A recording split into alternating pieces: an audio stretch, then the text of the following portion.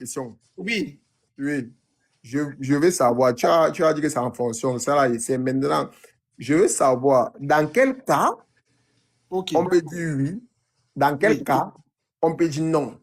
D'accord. Je peux prendre un exemple très simple. Moi, je vois Oui. un client, il a une hypothèque peut-être sur 25 ans, mais il reste 20 ans.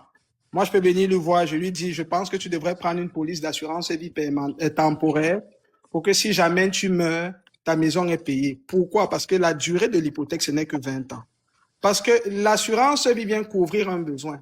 On ne prend pas juste une police d'assurance vie, il faut se dire quel est le besoin que ça couvre.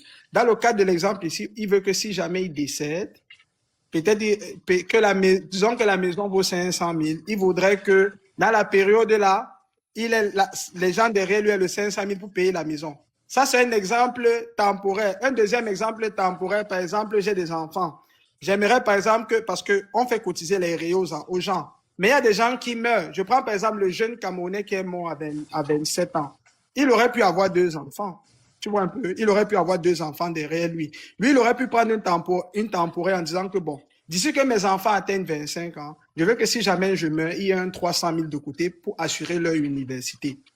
Voilà 2 raisons, par exemple, pourquoi est-ce qu'on va aller prendre une temporaire, parce qu'on a un besoin temporaire. Parce que lorsque l'enfant a 25 ans, après, il peut se débrouiller. Maintenant, une permanente, ça peut être n'importe quoi. J'ai un gros parc immobilier, j'ai 3, 4, 5 maisons.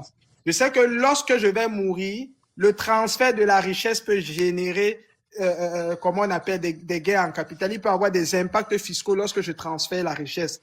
Maintenant, je peux pas prendre une police d'assurance vie permanente pour couvrir les frais d'impôt qui pourraient être déclenchés au moment où le transfert de mes richesses est envoyé à mes enfants. Donc, c'est pour ça que je dis qu'avant même de proposer la police d'assurance vie, on fait une analyse de besoins financiers pour voir quelle est la situation des clients et détecter quel type de police en fonction de sa situation. Mais je ne vais pas venir parler sur TikTok d'un truc que je n'ai pas analysé à fond. Bon, Et ok, ce n'est pas professionnel.